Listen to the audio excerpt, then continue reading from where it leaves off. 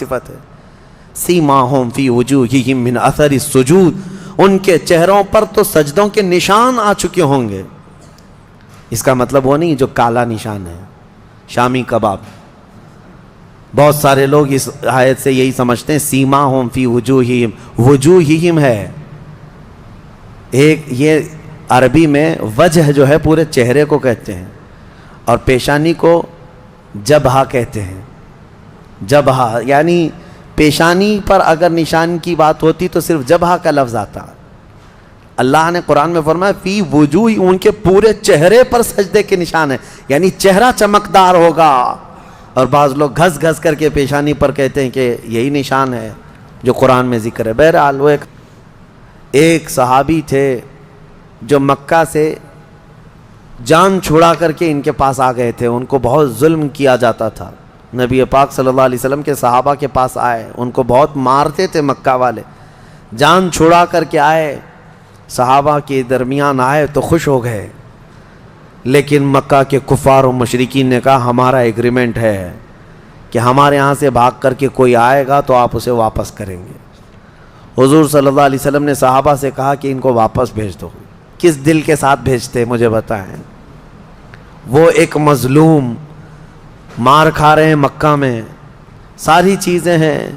صحابہ اکرام وہ مکہ کے کفار کے سامنے اڑ گئے کہ کوئی ان کو چھو کر کے دکھاؤ, لیکن فرمان رسول آ گیا, اے میرے صحابہ چھوڑ دو, ہم عہد کے پابند ہیں, ہم عہد و پیمان والے ہیں. تو مجبوراً ان کو چھوڑنا پڑا. وہ گئے, روتے روتے گئے, فریاد کرتے گئے. لیکن رسول کریم صلی اللہ تعالیٰ علیہ وسلم کی یہ جو صلح ہوئی, واپس تو مدینے آئے, تب یہ سورہ نازل ہوئی جس میں اللہ تعالیٰ نے یہ ارشاد فرمایا لَقَدْ صَدَقَ اللَّهُ رَسُولَهُ الرُّؤْيَا بِالْحَقِّ لَتَدْخُلُنَّ الْمَسْجِدَ الْحَرَامَ إِنْ شَاءَ اللَّهُ آمِنِينَ مُحَلِّقِينَ رُؤُوسَكُمْ وَمُقَصِّرِينَ لَا تَخَافُونَ. اللہ تعالیٰ اپنے رسول کا خواب سچ کر دکھایا بے شک کہ ضرور ضرور رسول آپ داخل ہوں گے مسجد حرم میں, وہ بھی امن و امان کے ساتھ. مسجد حرم میں آپ آئیں گے. ہوا یہ کہ اس وقت حضرت عثمان غنی کو بھیجا گیا تھا مکہ کے حالات دیکھنے کے لیے.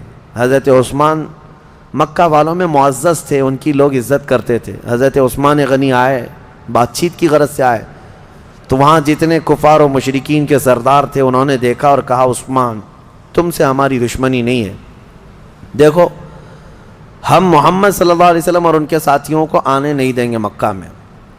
اور رہی بات عمرہ کی, تم احرام کی حالت میں آئے ہو, احرام کی حالت میں حرم میں آ گئے مکہ میں, کہا تم چاہو تو اپنا طواف کر کے عمرہ مکمل کر لو اور جاؤ. حضرت عثمان غنی نے کہا قسم خدا کی یہ احرام آخری سانس تک بھی باقی رکھنا پڑے تو رکھوں گا, بغیر میرے مصطفیٰ کے عمرہ نہیں کروں گا. وہاں پہنچ کر کے بھی انہوں نے خانہ کعبہ کا طواف نہیں کیا, خانہ کعبہ کا طواف نہیں کیا, عمرہ نہیں کیا, ویسے ہی چلے آئے. اسی کو امام اہل سنت فاضل بریلوی نے فرمایا نا, طیبہ نہ صحیح افضل مکہ ہی بڑا ظاہر, ہم عشق کے بندے ہیں کیوں بات بڑائی ہے. لوگ یہ مکہ مدینے کی فضیلت میں ڈسکس کرتے رہ جاتے ہیں. مسئلہ یہ ہے کہ صرف خانہ کعبہ ہی نہیں, اصل عظمت مصطفیٰ ہے. یہ نہ ہو تو پھر خانہ کعبہ کے لاکھ چکر بھی کسی کام کے نہیں. حضرت عثمان غنی رضی اللہ تعالیٰ عنہ کا یہ عمل بتاتا ہے کہ وہ احرام کی حالت میں اگر کوئی وہاں تک گیا ہے تو ظاہر سی بات ہے اب اگر احرام کھولے گا تو اس پر دم واجب ہے, بکرا قربان کرنا پڑے گا, وہ سب منظور ہے ان کو, لیکن میرے مصطفیٰ کے بغیر طواف کرنا منظور نہیں. واپس آ گئے. سال بھر نہیں گزرا تھا, 6 ہجری کا معاملہ ہے, 7 ہجری کے قریب دوبارہ نبی پاک صلی اللہ تعالیٰ علیہ وسلم دوسرے سال جب تشریف لائے رہے تھے, اس وقت 10,000 صحابہ تھے, اور 10,000 صحابہ کے ساتھ جب مدینے سے مکہ نکلے, وہ ہیبت ایسی طاری تھی کہ مکہ والوں کے دل پورے ہل چکے تھے اور کوئی مقابلے کو تیار نہیں تھا. سب ادھر ادھر بھاگم بھاگی چل رہی تھی, کوئی کس کے ہاں جا رہا ہے, کوئی کس کے ہاں جا رہا ہے. اور اللہ تعالیٰ نے اپنے نبی کو وعدہ پورا کیا. نبی پاک صلی اللہ علیہ وسلم 20 رمضان المبارک 7 ہجری کو مکہ مکرمہ میں شان کے ساتھ داخل ہوئے. کہ حضور کے داخل ہونے کی تاریخ سے لے کر آج تک دوبارہ کبھی خانہ کعبہ میں شرک اور بت پرستی نہیں ہو سکی۔ حضور پاک صلی اللہ علیہ وسلم نے جو پاک کیا اور خانہ کعبہ کو جو اور مسجد حرم کو جو پاک کیا، بہرحال یہ فتح مکہ میں نے اس سے قبل بھی بتایا تھا، تو یہ روشن فتح جس کا ذکر سورہ فتح میں آیا ہے یہ فتح مکہ ہے۔ یہاں ایک مسئلہ ہے، عقیدے کی بات بھی ہے، میں عرض کیے دیتا ہوں۔ اس آیت میں اللہ نے فرمایا لِيَغْفِرَ لَكَ اللَّهُ مَا تَقَدَّمَ مِن ذَنبِكَ وَمَا تَأَخَّرَ، اللہ نے آپ کو روشن فتح عطا فرمائی۔ اب آگے کا جو آیت کا ٹکڑا ہے جو میں نے تلاوت کیا، غور سے توجہ، تاکہ اللہ تعالیٰ آپ کے اگلے پچھلے گناہوں کو معاف کر دے۔ بہت سارے لوگوں نے یہی کہا، آپ کے اگلے پچھلے گناہوں کو معاف کر۔ مارکیٹ میں ملنے والے بہت سارے قرآن کے ترجمے ہیں، ان میں اٹھا کر دیکھو تو یہی ترجمہ ہے، اے رسول آپ کے اگلے پچھلے گناہوں کو اللہ تعالیٰ معاف کر دے۔ اس لیے روشن فتح عطا کی تاکہ آپ کے اگلے پچھلے گناہوں کو معاف کر دے۔ ترجمہ کرنے والوں سے کوئی یہ سوال کرے کہ بھائی بتاؤ تو صحیح آپ کے رسول کے اگلے گناہ کون سے تھے، پچھلے گناہ کون سے تھے جس کی معافی کا اللہ نے یہاں بیان کیا ہے؟ جبکہ عقیدہ تو ہمارا یہ ہے کہ نبی معصوم ہوتے ہیں اور میرے آقا تو سید المعصومین ہیں، تو کون سے گناہ ہیں؟ اسی لیے ہم کہتے ہیں نا، ہر کتاب کو اٹھا کر پڑھ لینے کا نام علم نہیں۔ ہاں، جیسے آج گوگل کے بہت سارے شاگرد ہیں بیچارے، گھس جاتے ہیں کسی میں بھی، تمہیں اگر کہیں لکھا ہوا دکھ گیا اسلام تو یہ ضروری نہیں کہ اسلام ہی ہے، یہاں تو ہزاروں رہزن ہیں لباس خضر میں۔ ہاں، بہت سارے معاملات ہیں، کس سے پڑھ رہے ہو کس سے لے رہے ہو یہ دیکھنا ضروری ہے۔ قرآن کا ترجمہ کئی لوگوں نے کیا اس طرح سے، لیکن آؤ بریلی کے امام عشق و محبت کا ترجمہ کنز الایمان اٹھاؤ، آپ نے کس سلیس انداز میں اور کس ادب کے انداز میں فرمایا، اے رسول ہم نے آپ کو روشن فتح عطا کی تاکہ آپ کے اگلوں اور پچھلوں کے گناہ معاف کر دیے جائیں۔ کتنا بڑا فرق ہے آپ کے اگلے اور پچھلے میں اور آپ کے اگلوں اور پچھلوں میں، کتنا بڑا فرق ہے۔ آپ کے ذریعے سے اے رسول، آپ کی وجہ سے، آپ کی برکت سے اللہ آپ کے اگلوں اور پچھلوں کے گناہ معاف کرے۔ اس میں عقیدہ بھی سلامت ہے، عصمت کا اور بارگاہ رسالت کا ادب بھی محفوظ ہے۔ یہ ہے، اسی لیے ہم کہتے ہیں کہ جو لوگ ٹھوکر کھائے وہ ایسے ہی لوگ ہیں جو بے عشق رسول پڑھتے رہے یا بے عشق رسول قرآن کا ترجمہ کرتے رہے۔ میں نے بہت قبل آپ کو تفسیر میں بتایا تھا، اللہ نے فرمایا قد جاءکم من اللہ نور و کتاب مبین، تحقیق کہ تمہارے پاس اللہ کی طرف سے ایک نور آیا اور ایک روشن کتاب۔ نور سے مراد رسول اللہ کی ذات اور روشن کتاب سے مراد قرآن عظیم۔ لیکن اس آیت میں پہلے کس چیز کا ذکر آیا ہے؟ قد جاءکم من اللہ نور، نور کا ذکر ہے۔ نور ویسے نارمل چیز بھی یہی ہے کہ کسی بھی کتاب کو پڑھنے کے لیے لائٹ پہلے چالو کرنا پڑتا ہے، اجالا ہو تو کتاب پڑھی جاتی ہے نا، نور پہلے ہو پھر کتاب مبین پڑھ سکتے ہیں۔ اسی لیے اس آیت کی ترتیب بھی دیکھیں، نور پہلے ہے، مطلب یہ ہے کہ تم پہلے اپنے قلب کو نور مصطفیٰ سے جگمگاؤ، پھر قرآن پڑھو، تمہارے قدم ہدایت پر رہیں گے، تمہارے قدم ہدایت پر رہیں گے۔ عزیزان گرامی وقار، اسی سورہ فتح کی آخری آیت ہے جس میں اللہ نے فرمایا محمد الرسول اللہ والذین معہ اشداء علی الکفار رحماء بینہم تراہم رکعا سجدا یبتغون فضلا من اللہ ورضوانا۔ اللہ فرماتا ہے محمد اللہ کے رسول ہیں اور ان کے ساتھ جو ہیں، اب ان کے ساتھ کون ہیں؟ صحابہ، سمپل سی بات ہے، ہر کوئی جانتا ہے۔ ان کے ساتھ جو ہیں، اللہ فرماتا ہے ان کی صفات کیا ہیں، سنو ابھی۔ اللہ فرماتا ہے اشداء علی الکفار، کافروں پر سخت ہیں، رحماء بینہم، آپس میں نرم دل ہیں، آپس میں نرم دل ہیں۔ تراہم رکعا سجدا یبتغون فضلا من اللہ ورضوانا، تم ان کو دیکھو گے رکوع اور سجدے کے عالم میں ہوں گے اور اللہ کا فضل ڈھونڈ رہے ہوں گے۔ یہ صحابہ کی صفت ہے۔ سیماہم فی وجوہہم من اثر السجود، ان کے چہروں پر تو سجدوں کے نشان آ چکے ہوں گے. اس کا مطلب وہ نہیں جو کالا نشان ہے شامی کباب. بہت سارے لوگ اس آیت سے یہی سمجھتے ہیں سیماہم فی وجوہہم، وجوہہم ہے ایک، یہ عربی میں وجہ جو ہے پورے چہرے کو کہتے ہیں، اور پیشانی کو جبہہ کہتے ہیں. جبہہ یعنی پیشانی پر اگر نشان کی بات ہوتی تو صرف جبہہ کا لفظ آتا. اللہ نے قرآن میں فرمایا فی وجوہ، ان کے پورے چہرے پر سجدے کے نشان ہیں، یعنی چہرہ چمکدار ہوگا. اور بعض لوگ گھس گھس کر کے پیشانی پر کہتے ہیں کہ یہی نشان ہے جو قرآن میں ذکر ہے. بہرحال وہ ایک الگ مسئلہ ہے. ہم بھی بہت سالوں سے سجدے کر رہے ہیں، بہت سالوں سے ہم بھی نماز پڑھ رہے ہیں. بہرحال جو صحابہ کرام رضوان اللہ تعالیٰ علیہ مجمعین کی صفت آئی ہے اس پر مجھے بات کرنا ہے. کیا ہے؟ اشداء علی الکفار رحماء بینہم، وہ کافروں پر سخت ہیں اور آپس میں نرم دل ہیں. اے مسلمانوں، کہیں اس کو تم نے پلٹ تو نہیں دیا، کہیں اس کو الٹ تو نہیں دیا کہ اب آپس میں بہت سخت ہو گئے اور دوسروں کے لیے نرم ہو گئے؟ ہم دیکھ رہے ہیں، حالات دیکھ رہے ہیں. اپنوں کے لیے اتنا سخت دل ہو گئے ہیں لوگ، بات چیت کرنا پسند نہیں ہے، سلام کلام نہیں ہے، ملنے کی خواہش نہیں ہے.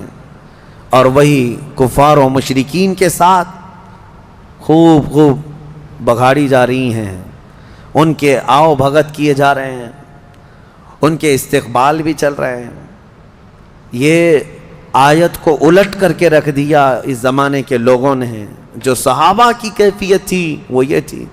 آپ کو پتہ ہے صحابہ کرام رضوان اللہ تعالیٰ علیہ مجمعین کوئی رو رعایت نہیں کرتے تھے اگر اس کے اندر ایمان نہیں ہے تو. آج ہی کے درس میں نے صبح بتایا جنگ احد میں ابو عامر راہب، جس کو پورے مدینے والے چاہتے تھے، وہ راہب کے نام سے مشہور تھا، وہ مکہ بھاگ کر چلا گیا تھا جب حضور آئے تھے مدینے، اور مکہ والوں کو بھڑکا کر کے احد کے میدان میں لایا تھا. اور اس نے یہ کہا تھا کہ اے لوگوں، پورا مدینہ میرا، جیسے آج کہتے ہیں فین فالوئنگ ہے، ہاں ایک بات پر سب ٹوٹ پڑیں گے، چلو میں جب جاؤں گا پکاروں گا مدینے والے صاحب محمد کا ساتھ چھوڑ کر میری طرف آ جائیں گے صلی اللہ علیہ وسلم. تو ابو عامر راہب آیا میدان میں اور پکارنے لگا، اے مدینے والو دیکھو میں آ گیا، میری تم بڑی عزت کرتے تھے، میری بڑی خاطر تواضع کرتے تھے. وہ بابا تھا مدینے کا، لوگ اس کی ارد گرد گھومتے ہی رہتے تھے حضور کے آنے سے پہلے کی بات. اور وہ جلن کے مارے بھاگ کر گیا تھا مکہ سے، مدینے سے. اب جب وہ للکارنے لگا تو جانتے ہو جو برسوں سے اس کو راہب کہتے تھے وہ انصار صحابہ آگے بڑھتے ہیں اور کہتے ہیں ہاں ابو عامر راہب، ابو عامر ہم تجھے اچھی طرح پہچانتے ہیں، تو فاسق ہے، عدو اللہ ہے، تو اللہ کا دشمن ہے، رسول اللہ کا دشمن ہے، ہم اچھی طرح تجھے جانتے ہیں. اور جب اس کو سب صحابہ نے للکار دیا تو ایک صحابی آگے بڑھ کر کے آئے، حضرت حنظلہ، کہا رسول اللہ پاک صلی اللہ علیہ وسلم سے عرض کیا آقا مجھے اس سے لڑنے کی اجازت دیں، میں اس کی گردن مار کے آؤں. جانتے ہیں یہ حنظلہ کوئی اور نہیں، اسی ابو عامر کے بیٹے ہیں، سگے بیٹے ہیں، جو للکار رہا ہے میدان میں. حضور نے اجازت نہیں دی گردن مارنے کی، کہا مناسب نہیں لگتا کہ تم بیٹے ہو اور اپنے باپ کی گردن مار دو. رسول کریم صلی اللہ علیہ وسلم نے انہیں روک دیا. لیکن جب وہ ابو عامر واپس گیا اپنی کفار مکہ کے درمیان، سب اس کے پیچھے پڑ گئے. کہا تو بڑی بڑی باتیں کر کے آیا تھا کہ تجھے دیکھ کر پورے مدینے والے محمد کا ساتھ چھوڑ دیں گے، یہاں تو حال یہ ہے کہ تیرا بیٹا ہی تیری گردن مارنے کے لیے آ گیا ہے. وہ کہتا ہے غضب کا جادو کیا ہے محمد نے، نعوذ باللہ من ذالک. میرے عزیزو، جادو نہیں، یہی ایمان پلایا ہے میرے آقا نے. صحابہ کا یہی تو تھا مسلک، یہی مشرب، یہی اشداء علی الکفار. وہ چاہے کوئی بھی ہو، باپ ہو کہ بیٹا ہو کہ بھائی ہو، کوئی بھی ہو، وہ سخت تھے ان معاملات میں. رحماء بینہم. اور آپ کو پتہ ہے بدر کے میدان میں اتنے رشتے ہیں بتائیں تو ایک بڑی طویل داستان ہے.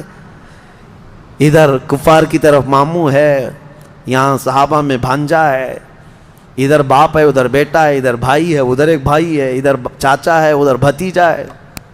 کتنے معاملے. حضرت علی کرم اللہ وجہہ الکریم ادھر ہیں حضور صلی اللہ علیہ وسلم کی طرف، حضرت حمزہ یہاں ہیں، اور کفار کی طرف عباس ہیں۔ حضرت حمزہ اور عباس سگے بھائی ہیں۔ حضرت علی کے سگے بھائی عقیل بن ابی طالب، وہ بھی کفار کی طرف سے آئے۔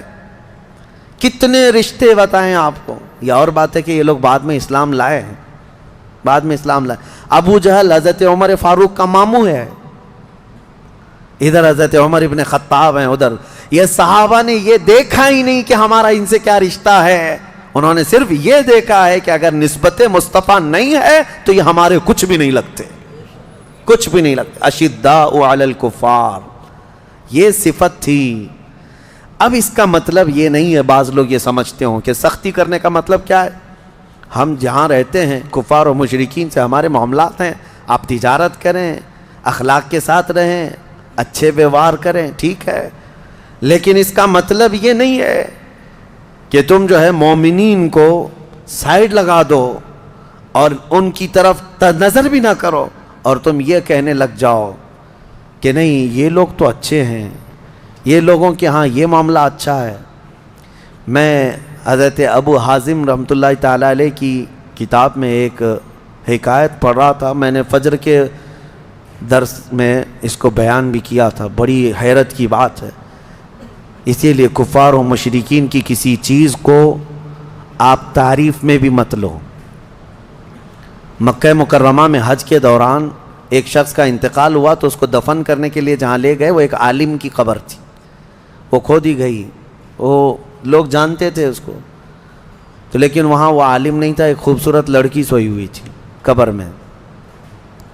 تو حیرت میں آ گئے کہ اس عالم کی قبر میں یہ لڑکی کیسے دفن ہو گئی، لوگ پریشان تھے۔ تو اتفاق سے وہاں ایک شخص جو حج پہ آیا تھا وہ لڑکی کو جانتا تھا، کہا یہ ہمارے علاقے کی، وہ جس ملک سے آیا تھا وہ کہتا ہے میں اس کو اچھی طرح جانتا ہوں، یہ پوری عیسائی لڑکی تھی، یہ کنورٹ ہوئی تھی، اسلام قبول کی تھی، لیکن اس کا پورا خاندان عیسائی ہے، میں اس کو اچھی طرح سے جانتا ہوں، اور اس نے اپنا ایمان چھپایا تھا اور کچھ دنوں پہلے یہ بیمار ہوئی، انتقال کر گئی، اس کو تو وہاں مرتے ہوئے ہم نے دیکھا، یہ یہاں کیسے ہے؟ لوگوں نے کہا تجھے شبہ تو نہیں ہو رہا؟ کہا نہیں، یقین ہے مجھے، پورا کا پورا یقین ہے۔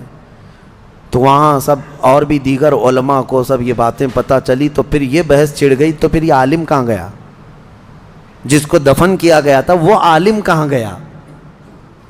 تو وہی جو حج پر آیا ہوا شخص تھا، اس نے کہا میں اپنے ملک جاتا ہوں، چند لوگوں کو میرے ساتھ بھیجو، میں اس لڑکی کے گھر والوں سے ملوا دوں گا۔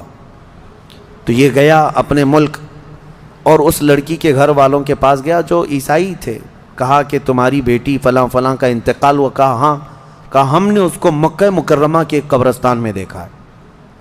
کہا ایسے کیسے ہو سکتا ہے، پاسبل نہیں، ہم نے تو اس کو اچھے آخری رسومات کے ساتھ اچھے طریقے سے دفن کیا اپنے قبرستان۔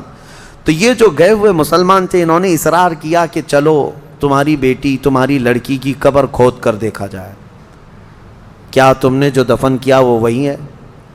جب وہ لوگ آئے اصرار کے بعد وہ قبر کھودی گئی جو عیسائی قبرستان میں تھا، تو قبر کھولنے کے بعد ایک حیرت انگیز منظر کہ وہ عالم یہاں لیٹا ہوا ہے عیسائی قبرستان میں، لاش بری طرح مسخ ہے، صحیح شکل نہیں ہے، لوگ دیکھ کر کے پہچان لیے کہ یہ مکہ میں جس کی قبر تھی وہ یہی ہے، یہ کیسے شفٹنگ کون کرتا ہے، کیا ہوا کیا تھا؟ بہرحال قبریں جیسی تھی ویسی کر دی گئی واپس۔ لوگوں میں یہ بحث چھڑ گئی کہ آخر یہ ایسا کیسے ہوا۔ اتنی بات تو سمجھ میں آ رہی تھی کہ یہ لڑکی اسلام سے محبت کرنے لگی، قرآن پڑھنے لگی تھی اور ایمان پہ انتقال ہوا، اس کا مکہ میں دفن ہو جانا تو سمجھ میں آ جاتا ہے کہ ہو سکتا ہے اس کو اللہ نے اعزازاً انعاماً جو ہے منتقل فرمایا ہو، لیکن یہ وہاں سے کیوں آیا مکہ سے؟ تو لوگ اس کے گھر گئے، اس کی بیوی تھی، بیوہ تھی، اس سے جا کر پوچھا تمہارے شوہر کے بارے میں کیا خیال ہے؟ کہتی ہے میرا شوہر تہجد گزار تھا، نمازی تھا، پابند تھا، سب کچھ اچھا تھا۔ لوگوں نے کہا کوئی ایسا عمل جو خلاف شرع یا کوئی ایسی چیز؟ کہا نہیں، وہ تو پابند آدمی تھا۔ کہا ہاں ایک چیز عورت بولتی ہے جو میں آپ کو بتانے لگا ہوں، جس کے لیے میں نے یہ واقعہ آپ کے سامنے رکھا۔ اس کی بیوی کہتی ہے، بیوہ خاتون کہتی ہے جب کبھی اس پر غسل واجب ہوتا میرے شوہر پر، جنابت کا غسل، تو یہ کہتا عیسائیوں کے مذہب میں اچھا ہے، ان کے ہاں غسل واجب نہیں ہے، ہمارے ہاں ٹھنڈیوں میں بھی نہانا پڑتا ہے، بارشوں میں بھی، گرمیوں میں بھی نہانا پڑتا ہے۔ یہ بار بار ایک جملہ یہ کہتا تھا، عیسائیوں کے ہاں ان کے مذہب میں اچھا ہے، جنابت کا غسل واجب نہیں ہے۔ وہ خاتون کہتی مجھے یہ بات کھٹکتی تھی، دین مصطفیٰ میں رہ کر کے یہ اگر عیسائیت کی بات کیوں کرتا ہے۔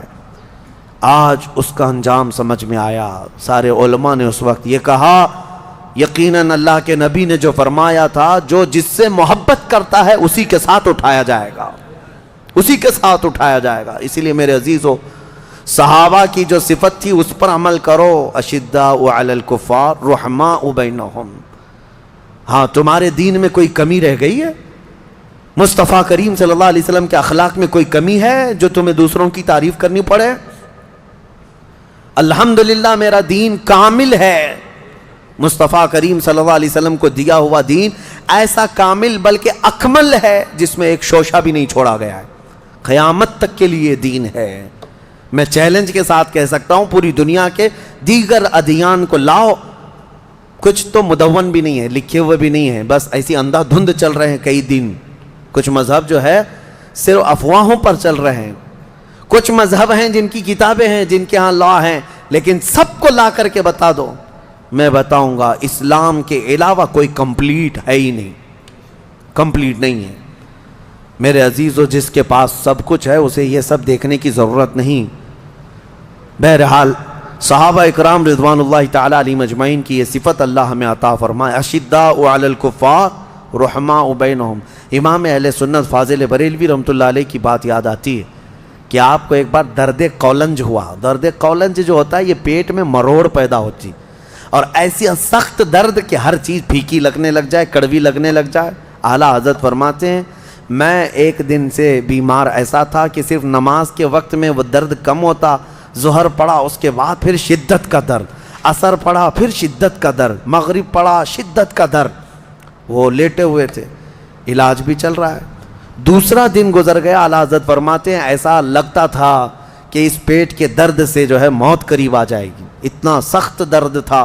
دوسرے دن اعلیٰ حضرت فرماتے ہیں کہ ان کے کوئی جاننے والے آئے، کہا کہ حضور فلاں ایک صاحب ہے، وہ کوئی پنڈت تھا، کہا کہ وہ جڑی بوٹیاں کرتا ہے، بہت ساری چیزیں ہیں علاج وغیرہ کے لیے۔ اعلیٰ حضرت نے منع فرمایا۔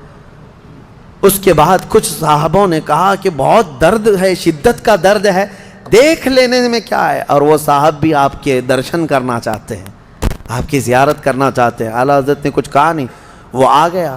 اعلیٰ حضرت نے اس کو لکھا ہے، وہ آئے جو صاحب جن کو یہ لوگ لے کر کے آئے، وہ آتے ہی اعلیٰ حضرت کے پیٹ پہ ہاتھ رکھا اور کہا کہاں درد ہے؟ اعلیٰ حضرت فرماتے ہیں 2 دن سے قولنج کا اتنا درد مجھے نہیں ہوا تھا جتنا اس کے ہاتھ رکھنے سے ہوا، اس کے ہاتھ رکھنے سے جو مجھے درد ہوا۔ یہ کیا تھا؟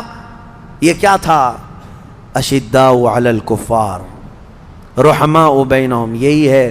اب میں زیادہ اس کو سمجھاؤں تو ہماری باتوں کو لے جا کر کے توڑ مروڑ کر کے میڈیا والے چلائیں گے، بہت سارے اسی کے آڑ میں بیٹھے ہوئے ہیں۔ ہاں بالکل میرے عزیزو، میں ان کے اعلیٰ ایمان کی بات کر رہا ہوں۔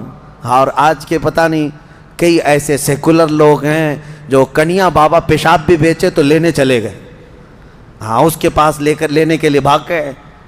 ارے ہاتھ رکھنے کو نہیں دیا اعلیٰ حضرت نے، ہاتھ رکھنے کو نہیں دیا، اور تم پیشاب پینے چلے گئے۔ میں سب کی بات نہیں کر رہا ہوں، الا ماشاء اللہ الحمدللہ آج بھی ایمان کے ساتھ لوگ باقی ہیں۔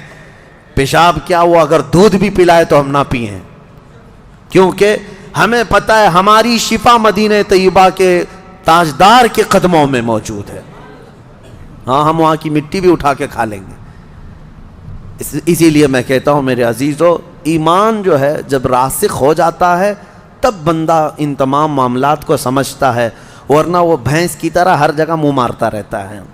ہاں ادھر بھی کھا لیا، ادھر بھی کھا لیا، ادھر بھی، جس کو کہا گیا ہے کہ رات کو لکڑیاں جمع کرنے والا جو آدمی ہوتا ہے نا، رات میں لکڑیاں جمع، وہ کیا کرتا ہے، ایک ٹوکرا لیتا ہے اور ٹکڑے جمع کرتا رہتا ہے، لکڑی، اور صبح پتہ چلتا ہے کتنے گوبر کے ٹکڑے جمع کیا ہے، کتنے پتھر ہیں، کتنی لکڑیاں ہیں، کتنا لوہا ہے، کچھ بھی نہیں، وہ سب جمع کر لیا تھا ٹوکرے میں. کیوں؟ اندھیرا تھا. اسی لیے کہتے ہیں عشق رسول کا اجالا ہو تو تمہارے ٹوکرے میں کوئی ٹکڑا گوبر کا نہیں آئے گا. جو جمع کرو گے وہ انشاءاللہ ایمان کے ساتھ ہی جمع کرو گے. اللہ کریم ہمیں اہل ایمان کی صحبت عطا فرمائے. سورہ حجرات، میں مختصر اس میں دو چند باتیں عرض کروں کیونکہ احکام بہت سارے ہیں سورہ حجرات میں. بس 2 آیتیں اگر آپ سن لیں. اللہ فرماتا ہے اے ایمان والو اللہ اور اس کے رسول کے آگے مت بڑھو. دوسری آیت ہے اے ایمان والو نبی کی آواز پر اپنی آوازیں بلند مت کرو. لا ترفعوا اصواتکم فوق صوت النبی ولا تجہروا له بالقول کجہر بعضکم لبعض. اور نبی کو ایسے مت پکارو جیسے آپس میں ایک دوسرے کو پکارتے ہو ورنہ تمہارے اعمال ضائع ہو جائیں گے. ایک صحابی حضرت قیس تھے جن کا سنائی کم دیتا تھا ان کو، اور وہ اونچا بولتے تھے. جس کے کان کم سنائی دیتے ہیں وہ زور سے بولتے ہیں. حضور کی مجلس میں وہ بیٹھتے، حضور سے بلند آواز سے پوچھتے تھے یا رسول اللہ کیا کہا آپ نے؟ اللہ کو یہ ادا بھی پسند نہیں آئی. رب تعالیٰ نے آیت نازل فرمائی کہ نبی کی بارگاہ میں بلند آواز سے بات نہ کرو. آج بھی یہ آیت میرے آقا کی جالیوں پر لکھی ہوئی ہے. آج بھی ہے، آج بھی ہے. لوگوں وہاں سے گزرنے کے وقت آج بھی وہی احکام ہیں. نفس گم کردہ می آیت جنید و با یزیدی جا. کہا گیا ادب گاہست زیر آسمان از عرش نازک تر. آسمان کے نیچے ایک ایسی جگہ ہے جو عرش سے بھی نازک ہے. یہاں جنید بغدادی اور بایزید بسطامی جیسے اولیاء آتے ہیں، اپنی سانسیں روک لیتے ہیں بارگاہ مصطفیٰ میں کہ نکلنے والی سانسوں سے کہیں روضہ رسول کی بے حرمتی نہ ہو جائے.